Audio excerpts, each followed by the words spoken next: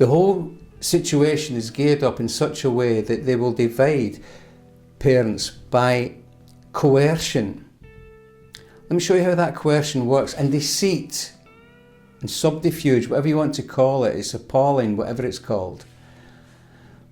For example, they tell women that if you say, in fact they've even forced women to sign Section 20s, they've even forced women to say the child's father, their partner, their husband, whatever, is violent and has been abusive, when they haven't been at all, but they've said, well, if you don't say something like that, you will lose your children.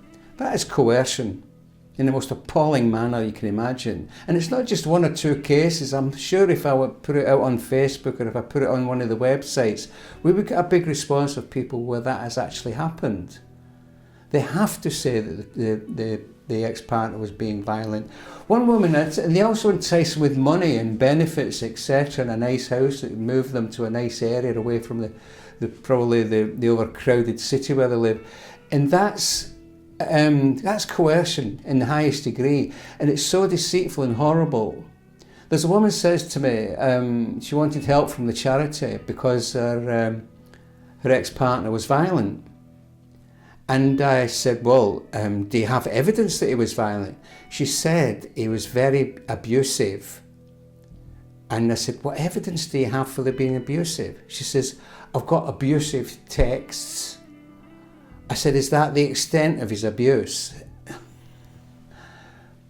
Because she'd been to a domestic violence organisation, and all domestic violence organisations get brownie points from social services, making them favourable to get funding, because they keep finding these people and they keep finding these children allegedly from violent households.